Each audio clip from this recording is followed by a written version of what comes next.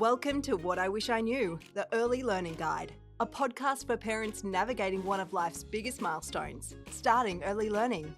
Hosted by educator and centre director Olivia Scott. Olivia has spent her career supporting children and families. Every day she partners with parents as they navigate the transition into early learning, helping children build confidence, develop strong relationships, and thrive from day one. Today's guest is Gen Muir, experienced parent educator, obstetric social worker, and mum to 4 beautiful boys. Jen is also the founder of ConnectedParenting.com, co-host of Beyond the Chaos podcast, creator of the connection card game High Low Buffalo, and author of Little People, Big Feelings. So I will start off with a quick acknowledgement of country. So I'd like to acknowledge the Bunurong people of the land that I'm joining with you today and pay my respects to Aboriginal and Torres Strait Islanders elders past and present, and extend that acknowledgement to people joining us today. So Jen, thank you so much for coming onto our podcast. We are so excited to have this discussion with you. Oh, I'm so excited to be here. Thank you. Our last podcast, we had Dr. Billy Garvey on, and we discussed the transition into early learning and what the tour looks like, what we should be looking out for, and all of those steps in the lead up. But we really want to dive into what happens next. When we have chosen our centre and those leading up days with that, it can be exciting, but it's also very anxiety inducing as well. So, what is practical ways that we can make not only the children, but the parents feel more safe and supported and confident in this lead up? Yeah, for sure. Awesome. Well, the first few weeks are so important.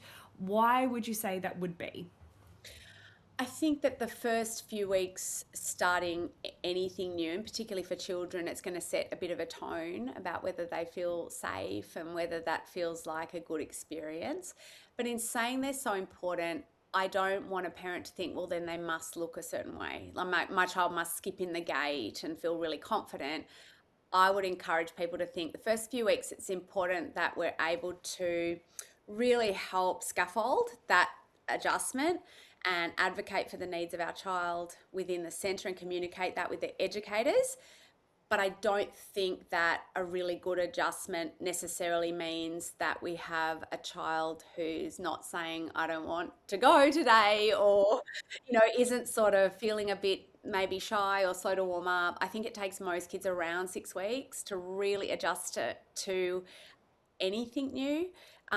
And often really big steps for some kids. Like I think the start, which I know is not what we're talking about today, but I think the start of school for most kids takes about 12 months. So I think really setting our expectation that big transitions for kids are something that we're kind of supporting with all the way. But I do believe the more preparation we put into any adjustment with our kids, and being aware of what we're bringing to the conversation, being aware of how much we visually and emotionally prepare our children for change, my goodness, it makes such a difference. Doesn't it? Definitely. Well, we speak about the first few weeks being so significant. As you said, it's not just those first couple. It does take quite a long time. Yeah. It can take 6 weeks. It can take longer for some. Yeah. It's so varied from child to child. Why do you think children respond so differently to change?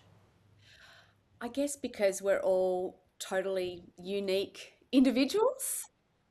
I like to think of the way kids build into or show emotion is so unique to who they are. And some kids will show change in a very outward or physical way. So some kids will show that they're sort of struggling to process change, separating from their parents, being the person they've got to be all day long in a different environment. All of that can be something that they show quite outwardly. They might be the child that's not wanting to separate at the gate. They might be a child that's pushing over their friends in the playground or really loudly making a scene, or maybe the after school meltdown that's so common.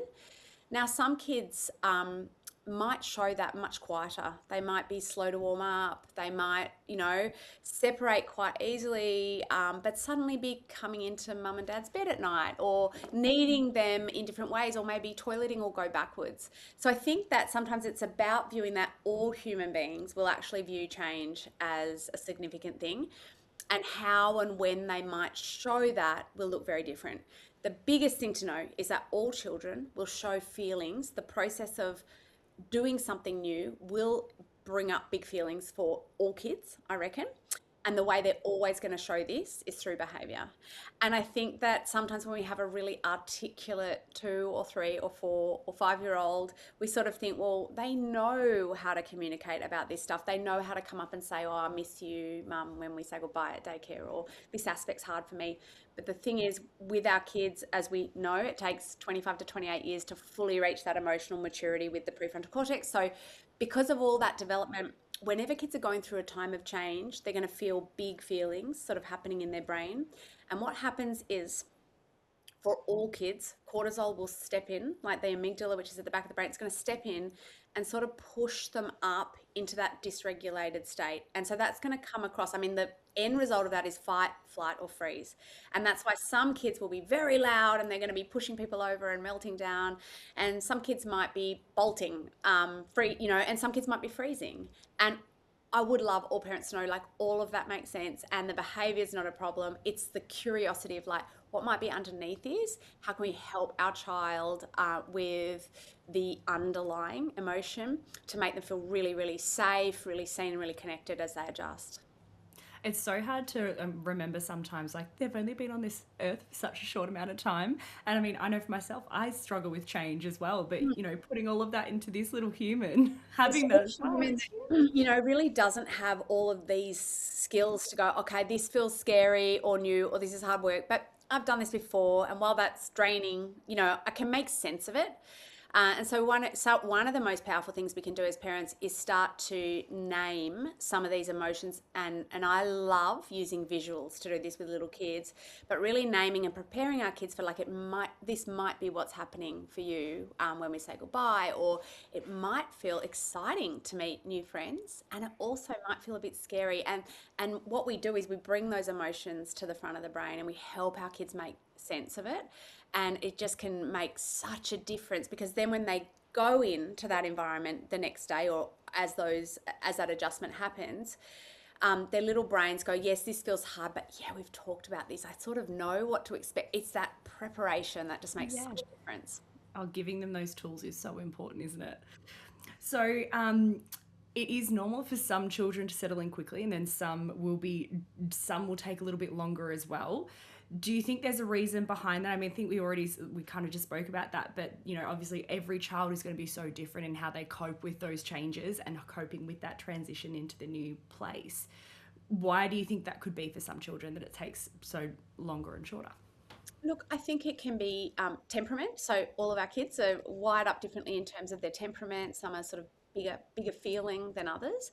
It can be neurodivergent. So if a child is neurodivergent or has a speech or language delay or has more things going on, that's going to impact that adjustment, and not necessarily always for the worse. It just can be one of those factors that impacts them. I also think if there's more going on in a child's life, so it's how many changes are happening simultaneously. If a child is adjusting to a new sibling, and we've also moved house, or we're living with the in-laws while we renovate, and then we start a new preschool or a new childcare, I mean, we're adding a lot of change at once, and that's really common in the first 5 years, that we're going to see lots of change. So it's kind of thinking, and then it can be developmental. If a child is right on, around 3, I have to say, 3 is a big year for kids. It really is, isn't it? I mean, I hate to say any year is worse than others, and it's such a beautiful year, but it is such a year for kids, really. We think of kids, they're infants till 3, and suddenly the world is just so much bigger and they're making so much more sense. So it's where they're at developmentally. And then on top of all of this, I think one of the biggest factors that impacts a lot of our kids in the early years is their sensory system and how their body and their systems are developing underneath all of this. So when you think of it, we all have a sensory profile. Some of us feel the world brighter and, we need our sunglasses on and we're like, oh, that's noisy, and we want to pull away. I don't know about you, but if I'm in a Kmart and if there's a big queue and there's music going, I feel a bit overstimulated. And then some of our kids they're sort of, they're seeking input. So they're the kids that are touching everything. They don't know when they're hot or cold, and they fall out of bed more often. So our sensory system is going to play a role as well in how we go with change. If we're the really highly sensitive sort of temperament in terms of how we process new information, a brand new centre with 30 new kids and new educators, and separation from parents is going to feel really, really big for that little system. And that's just part of kind of how we get born. So I think there's just so many factors, and it's about meeting our kids where they're at. Yeah, no, definitely. The day before the first day, where ourselves, like as a parent, you'd be feeling really anxious and nervous, but excited as well. And I'm sure the child will be feeling exactly the same thing. You know, if a family, say 2 weeks beforehand, if their child's starting, what are some simple things that we can do to begin to prepare them for that first day? So much we can do. So let's track back. I mean, with little kids, we wouldn't want to be talking about this 6 months out because it's too far out. But presuming we've picked a childcare or a preschool and we sort of know that they're starting in about 2 weeks, that's a nice amount of time to do a few things. So one would be, hopefully, if you can, have a little visit of the centre. Even better if they get to meet an educator and see a person that might be a person that's going to be there. Not always possible, but even just seeing where you're going and maybe getting a chance to play with the Lego Duplo or play in the sand pit. Then we have a really good visual anchor to bring up. Remember the place we went where we played in the sand pit and we did the diggers? So we've got something that for kids is going to make sense in terms of we're going there soon and we're going to have some playtime there, and that's sort of what we're doing.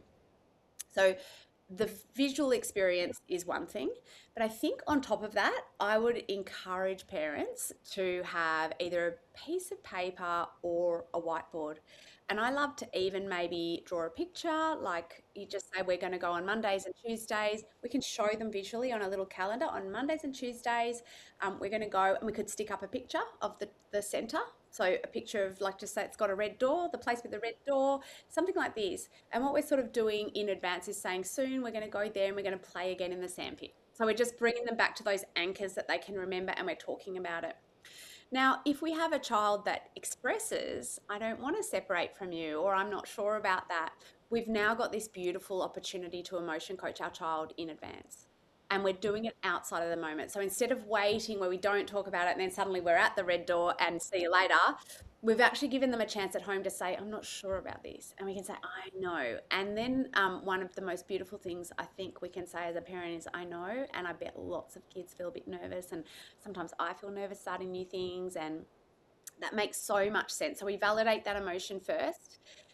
Then we want to make sure I love the concept of wonder. So we want to wonder about what we could do to make that a little bit easier on the day. So ideas that parents, depending on the child, can sort of build with their child over that 2-week period is, what if we develop a special handshake that we do now, or a special hug that we're going to do every time we get to the gate? And we'll just know that that's a beautiful sort of anchor we're going to do to say goodbye together. Or what if I gave you a special something of mine and you could mind it for me while you're there during the day?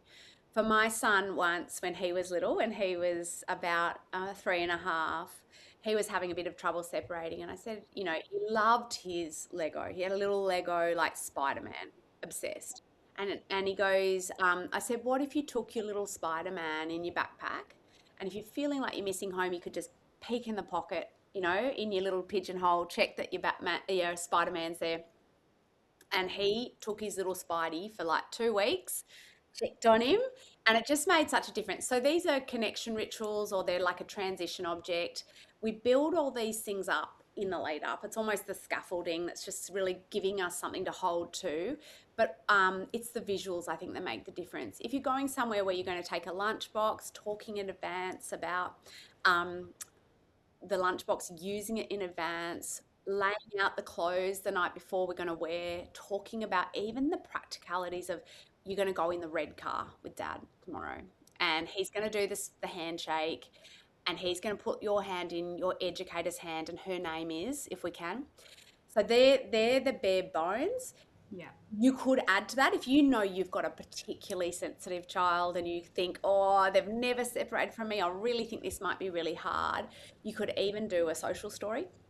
I was literally about to say the social stories. So I love social stories, and what I Aren't they love for amazing? parents now is that you can just easily create this on Mhm. ChatGPT. Like how easy, 100%. Yeah. now we can pump in our child's name, the name of the centre, the name of the educator's name of mum and dad, or what we call mum and dad, or our parents.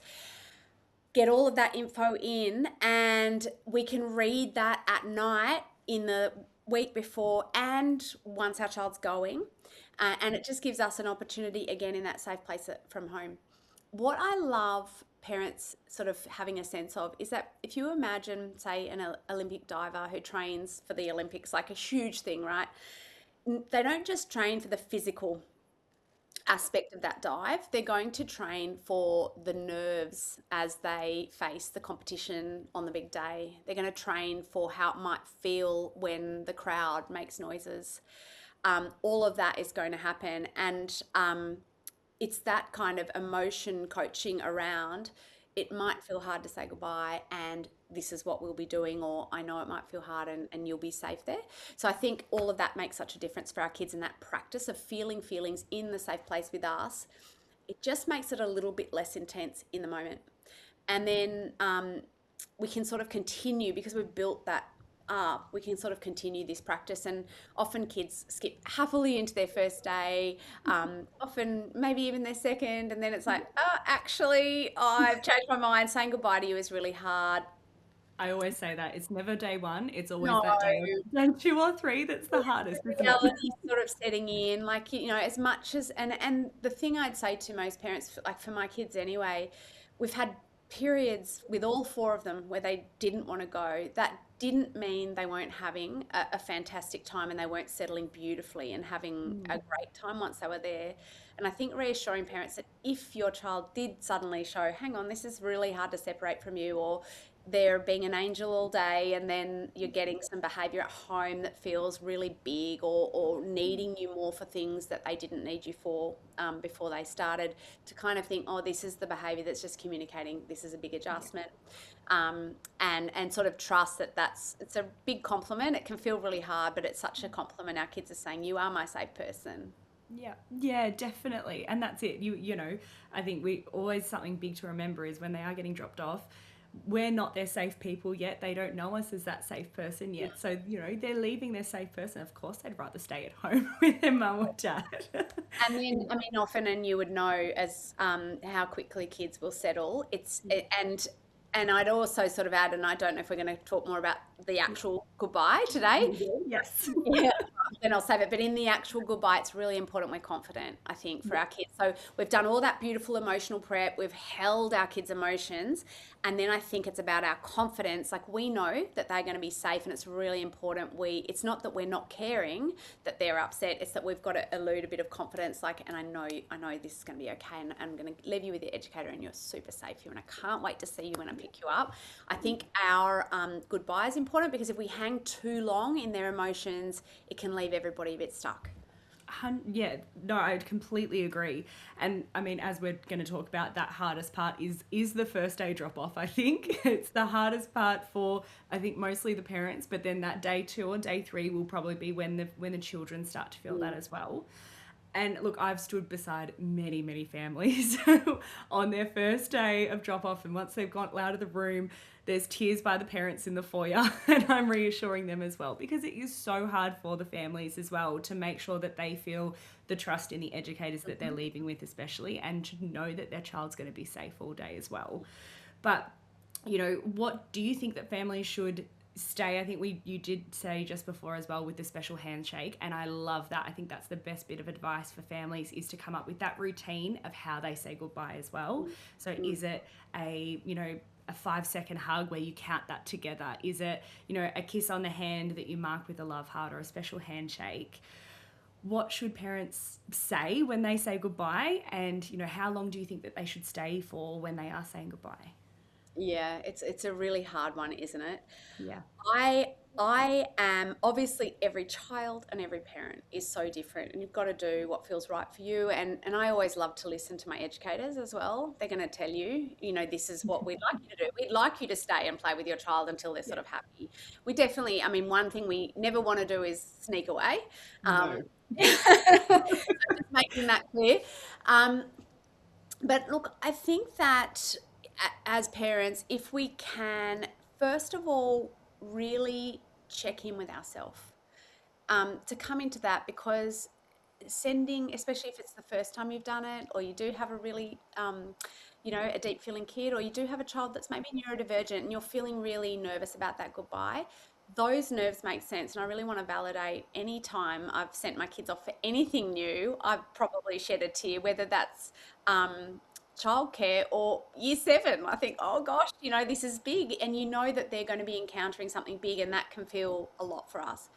But it is so important to sort of check in. Those emotions make sense, and I'm going to sort of make sure I keep them for me and not impart them onto my child, particularly in that moment. So just having an awareness, yeah, I'm feeling really heavy and nervous, even writing that down, maybe sometimes we have mixed feelings. Are they ready? And we can just sort of write that down, check ourselves, and just have a sense of where we're at first. And then in terms of the actual goodbye, I'm a fan of whatever we've pre-planned, really sticking to that. I love boundaries for kids. I love that. I love connection. I'm such a big fan of all of that beautiful connection. And I really think it's important to hold and be with our kids in their emotions. But equally, I think if our kids look at us and they say, wow, this feels really big and new, they almost ask us, am I safe here? And if we can't leave with confidence, we're saying, well, I'm not sure. So I think there is something really important in us having a bit of a plan in advance for how we'll say goodbye and what we'll say. And the words around that, they're as unique as you want to be with your child. But I love an element of I'm going to go, and I'm going to leave. Mum's going to leave, or whatever your child calls you. I'm going to go. So really clearly, this is what's happening.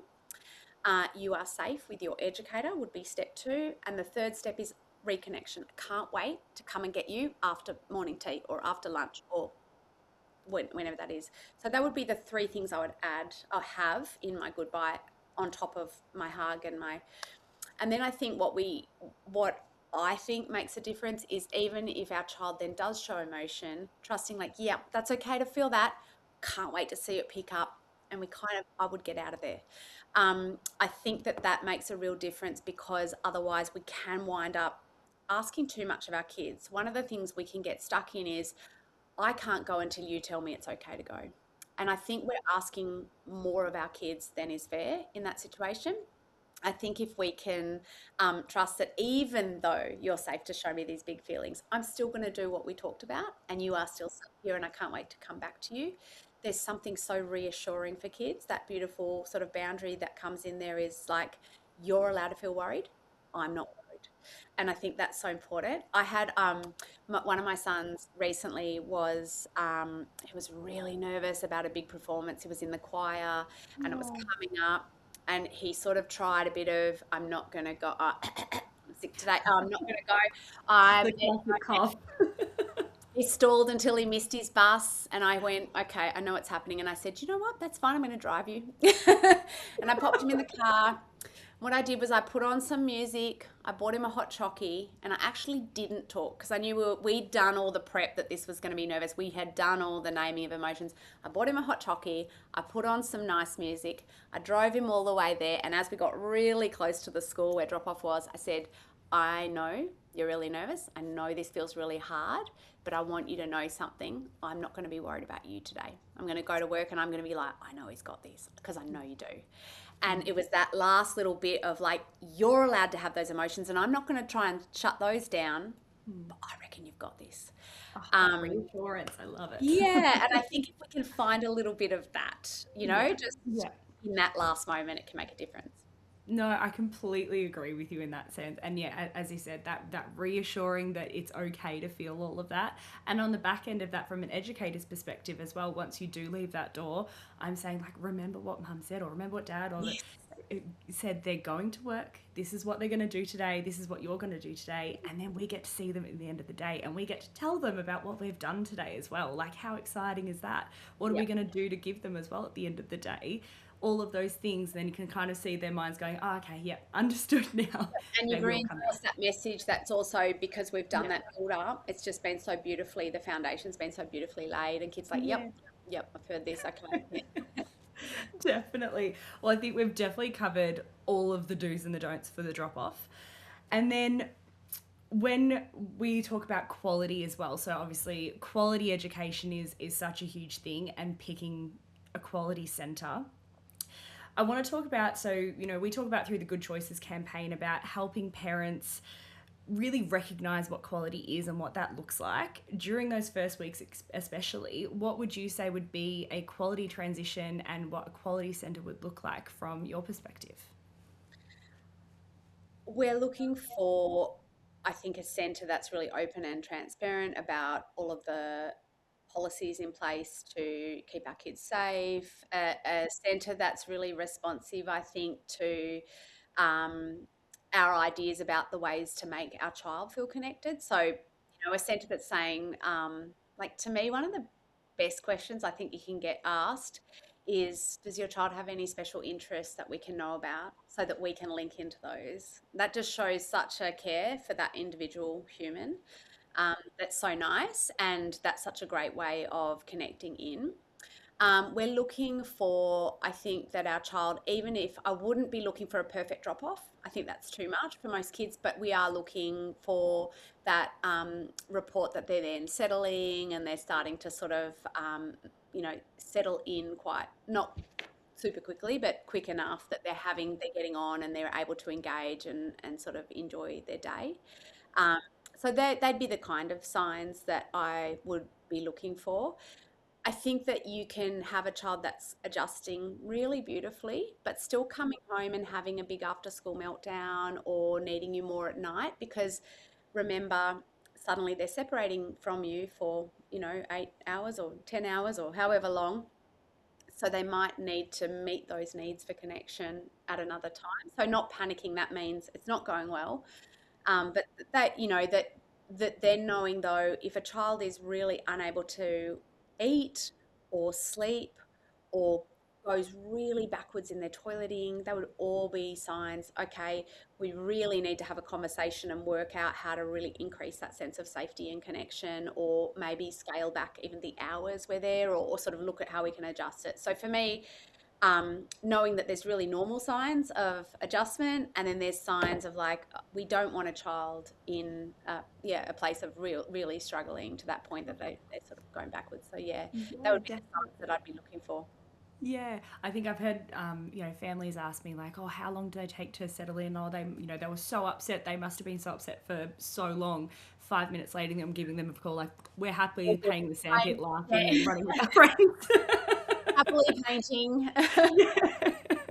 And they do, they will show that really big emotion, but a lot of the time it is those couple of moments and they are running off and playing like absolutely nothing's happened. And equally, kids, sometimes I remember, all of my 4 boys have been so different, but I remember one of them, I'd turn up to pick him up and he'd burst into tears then. But it's, and he'd actually had a really great day, and you've got all, you've been communicated with that he ate all his lunch and he played with friends and all of that happened. So, it's kind of knowing that even when they show emotions around the edges, it's mostly about so emotional to see you again. Yeah, well, I think that was literally going to be my next question for you as well, is the pickup time, and sometimes, as you said, they do hold it together all day, but then when you come and pick them up, they do have that unraveling, moment and that big show of emotion. Why is that, they could have had the best day ever and the most fun, but then as soon as they see you, it's that big cry or that, really outlet of emotion? It's the same reason that we probably hold it all in for our safe base, we're sort of being our outside self, but also kids live very much in the moment. So they're very much able to be in the present. And even though, I'm not with mum and I'm missing mum, I'm doing this with the digger. And then suddenly we come back and it all rushes back that they've had that separation from us. And they do show it in wild and wonderful ways, as I'm sure you know. I remember working with a beautiful mum with twins, and when she turned up to the childcare centre to pick them up, one of the twins would suddenly push other kids over. And so it can feel like, hang on, like he hadn't done that all day. Why is he suddenly doing that when mum comes to pick him up? Some kids will scream no and run away from you. They don't want to get, they are really glad to see you, but it's just this feeling feels really big. It's just intense. The biggest thing, and then some kids might burst into tears, and some kids might happily say, "Let's go home." I mean, that's the win. But most parents at some point are going to experience a child that suddenly they're not getting into their car seat, and we're going to see some big feelings. I think again, that's just it's such a compliment to us that, I've been my good self. I've been listening, and I've been sitting on the mat, and I've been playing with my friends. And don't forget, in a childcare centre environment, everybody's learning how to do life and friendships. So you've navigated people that are learning how to sort of do their social skills as well, and that's a lot. Listening's a lot. Going to the toilet, if we're doing that, it's a lot on top of playing. Yeah, huge amounts of energy have gone into, and just having fun is a lot. So remembering, I love to just use this little hand model for kids, but remembering that if you're a little kid and you've got this big open brain and you're feeling excitement and new friend and activities and also missing mum, all of those emotions are happening. Cortisol builds up through the day, and then we see our primary caregiver, and likely we're going to sort of tip into that dysregulation, and it's going to come out because that's how kids regulate.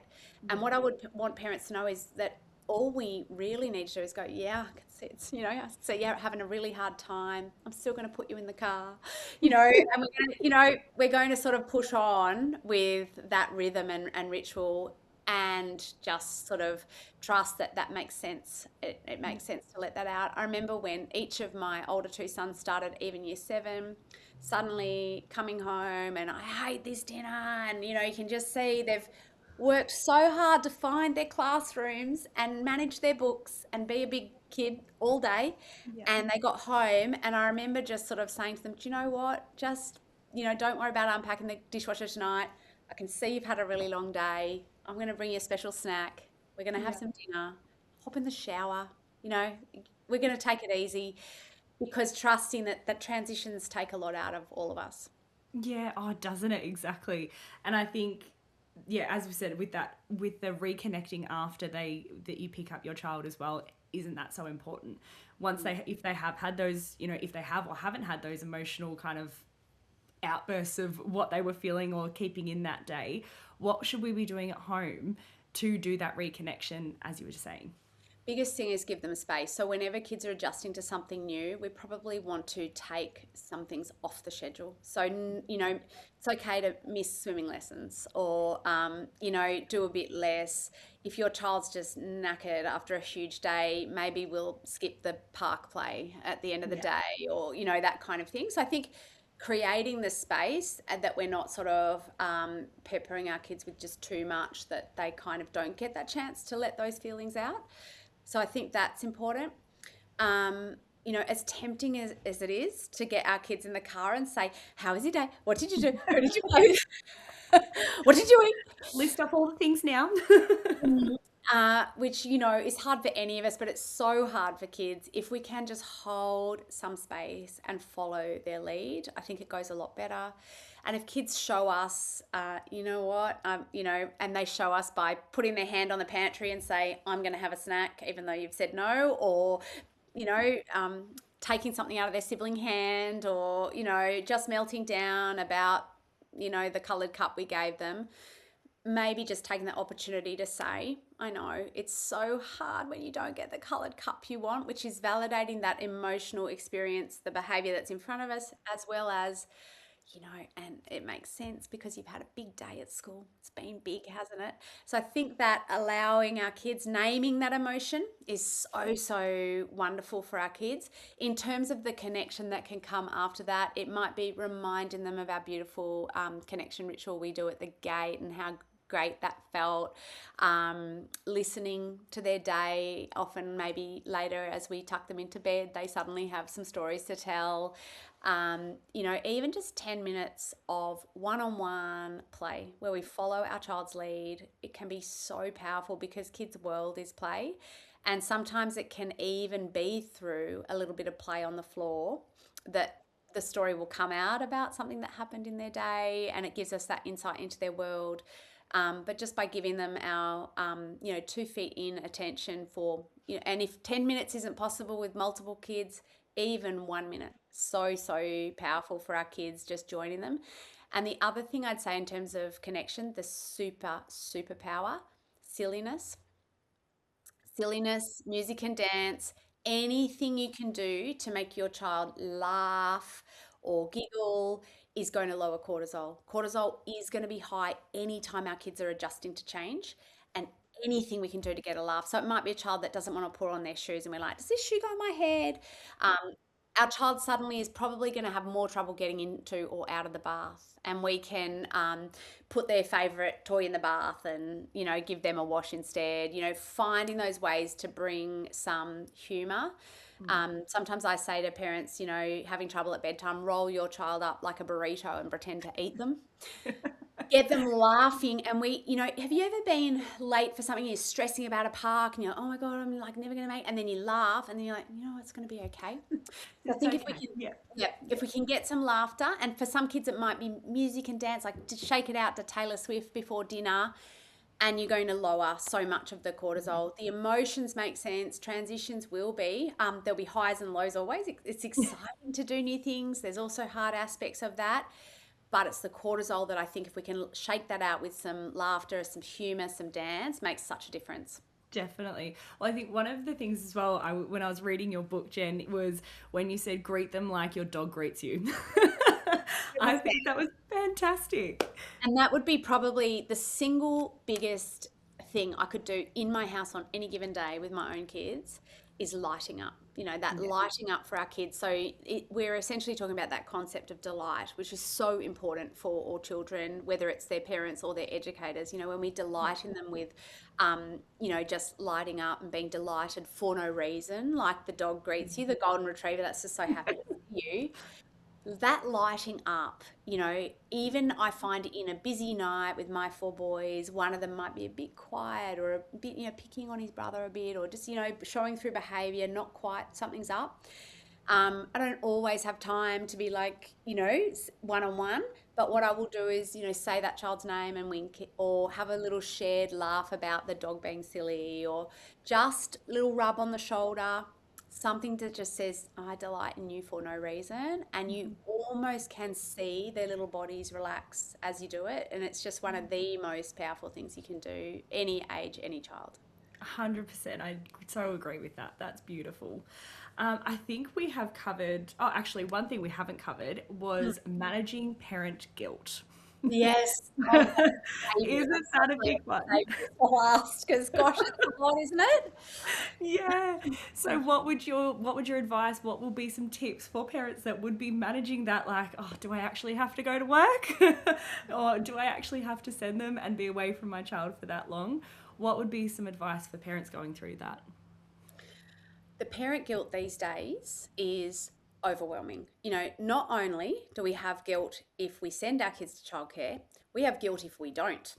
We are so informed about everything our kids need that no matter what choice you make around their food, around their activities, around their sleep, you're going to be guilty. So first of all, let's acknowledge that the guilt, the ask of modern parenting is too much on parents. And that one of the things is we know so much about what kids need that we're suddenly kind of almost looking through the lens of parenting with a sort of a negativity bias. Like we're so worried that with one wrong move, we're going to muck up our child. So the first thing is to know, parenting's such a long game, and no one decision around how many days of childcare or whether we do childcare alone is going to long term sort of be the be all and end all in our relationship, which is this huge, big, sort of solid thing. So that's what I would say to that. Secondly, I love parents to have this idea around naming and sort of externalizing that guilt. So just say you are feeling guilty. I have to send, I remember putting my first son into childcare because I had to go back to work. and definitely sort of had worry, is this the right decision, and the guilt around it as well. One of the things we can do is really name that. I'm feeling guilty, or maybe I'm worried that if I do this, I'm going to impact the bond I have with my child. For example, that might be a worry that a parent has, or that it's going to be the wrong choice. And then we can sort of externalize, this is the fear I have, or the story I'm telling myself, is that this could be sort of this diabolical thing that will, forever impact our relationship. But here is what I know. And then you've got this opportunity to write down, me going back to work is something that's really important to me. I not only do maybe we need the money, but I like my career maybe, and that's something that's really important to me. And a happy, fulfilled parent is really important as well. I know that there are some really wonderful opportunities and friendships and experiences that await my child. One of the things I used to say is I don't like doing messy craft at home. And so I'm so excited that I can outsource that to my child's beautiful educators, because I don't want it in my house. One of the best things that parents love. They're like, oh, thank God they can do this here because we're And not so I doing it at can home. almost take the guilt of like, I don't want to do messy paint at home. And so wonderful, my child's getting that experience. Tick. Write it out. Just even if you visually write in a journal, the story I'm telling myself is that I'm ruining my child's attachment forever by putting them in childcare. But here is what I know. Here are the, and then we can bring some sort of facts to the story. It is a reality that it takes usually 2 incomes to raise a child today. But even I would say there are periods where I wasn't working, but I was at home with multiple children, that I absolutely needed childcare or preschool or family daycare to be the mum that I wanted to be to my kids. I would say to parents that your self-care matters so much, and sometimes working is self-care. And I think that I would love to say this as well. I think the village has changed. We are living and working and parenting so differently, and we're actually parenting very intensively. And I'll come back to that in a second. So what I would say to parents is actually that childcare is part of your modern village, in conjunction with we're doing, mums and dads and parents are sharing the load differently. We maybe are using grandparents differently than we did in the past, and many more grandparents are playing a role in helping out in that village. So thinking of that as our modern village, because the village that I was raised in the 1980s, it doesn't exist anymore. So as much as that there were aspects of that that were nice, in order to survive. And then I want to come back to the way in which we're parenting. We now know that modern mums and dads and parents are playing with, spending more time parenting and being with their kids than a stay-at-home parent was in 1974, even when they're working. So parents, you're doing such a beautiful job, is what I want them all to know. Like all modern parents are just blowing me away. They're parenting differently to the way they were raised. They're parenting so consciously. They are doing everything they can to do the very best for their kids. And if anything, I'd love to just take that guilt away and just say, don't worry about it, but that doesn't work. So name it and bring some rational perspective to that. There are so many wonderful sort of benefits. And how can we offset that with the time we then do have with our child? And it might be, what can I pull out of the evening after childcare so that I can be really focused and have a bit of one-on-one time with my child and feel that connection cut in that way? Definitely. Parenting is so intentional, isn't it? It's just information overload at the moment. You are getting so many different, do this, don't do this, do this, don't do this. You have to do it this way. But, it's okay to make mistakes as well, because everyone makes mistakes. We're all still human. We don't have to be perfect. Yes. Yeah, I think the pressure these days, I think, is just way too much. And so just lowering that is really important. Yeah, definitely. Well, I've got some quick fire questions for you, Jen. So, what would be your favorite ritual to say goodbye? My favorite was actually popping a little felt heart in my child's pocket, that they could put their hand in and just sort of think of me, or just sometimes the sensory element of feeling the heart through the day. So it was more that there's the little heart in your pocket, and I can't wait to see you this afternoon with confidence, is probably my favorite. I love that. That's awesome. Should I send a comfort toy? Difficult question, isn't it? I'm a fan of anything that make our kids feel connected to home. I'm not in a rush to take anything off kids. However, I think that if something's becoming a hindrance for our child, then we might listen to educators and say, okay, it might be easier if that's left at home. So if a comfort toy gets really tricky because then other kids want it and it's just too hard to manage, then maybe we'll ditch it. But anything that gives our child a sense of home and connection, I'm a fan. Beautiful. How long does settling usually take? Oh, how long is a piece of string? I think every child, every individual is so different. Trust that, childhood is not a race. We're all going to adjust to things at different times. At least 6 weeks for a child to really get the hang of what's happening in any environment where they're separating from you. And who knows, in terms of kids, some kids feel things deeper and it can be a lot longer. Yeah, definitely. And what if they don't eat during the first day?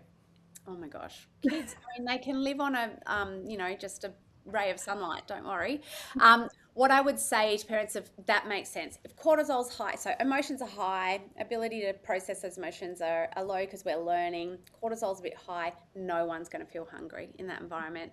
In fact, what we want to do with food is sort of lower that pressure and trust that kids will eat when they're ready. We want to look at food over a week's period, not what did they eat just in one meal, and sort of don't worry about that at all. Love it. And what if they don't nap? Of course they're not going to nap. Again, so let's look at biological processes. Eating, sleeping, pooing and weeing, biological processes. We need to feel really safe to do these things. It's going to take time. And think of us even as grown-ups. If you go away with a group of friends for the weekend, you might find it hard to do that first poo, because you're all excited and Stage fright is real. You don't know where the toilets are. All of us get impacted by these things. So when cortisol's high, we're not going to want to do these things, but just trusting that if we focus on building that connection, building that safety, building that security, all of those things will come for our kids. Amazing. And last but not least, is regression normal? Yes. It's a question I get a lot. Any change or transition in a child's life, we're 100% going to see a regression, whether that's to toileting, to sleep, to just needing you more, to wanting up more, pick me up. That's co-regulation in action.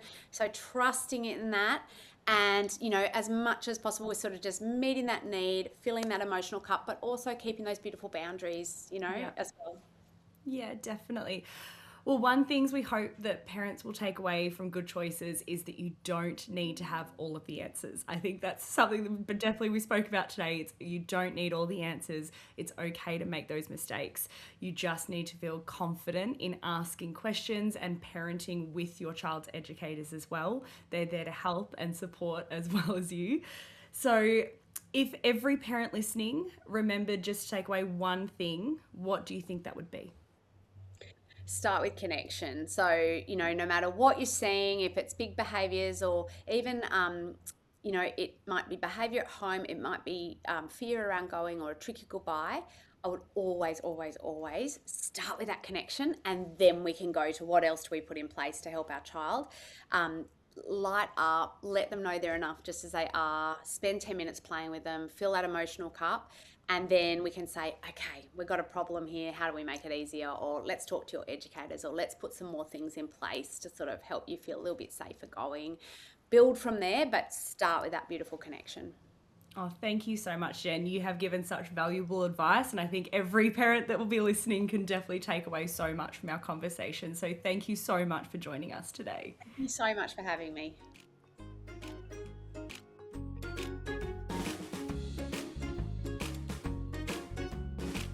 Thanks for listening to What I Wish I Knew, the Early Learning Guide. For more episodes and information, jump onto first5years.org.au.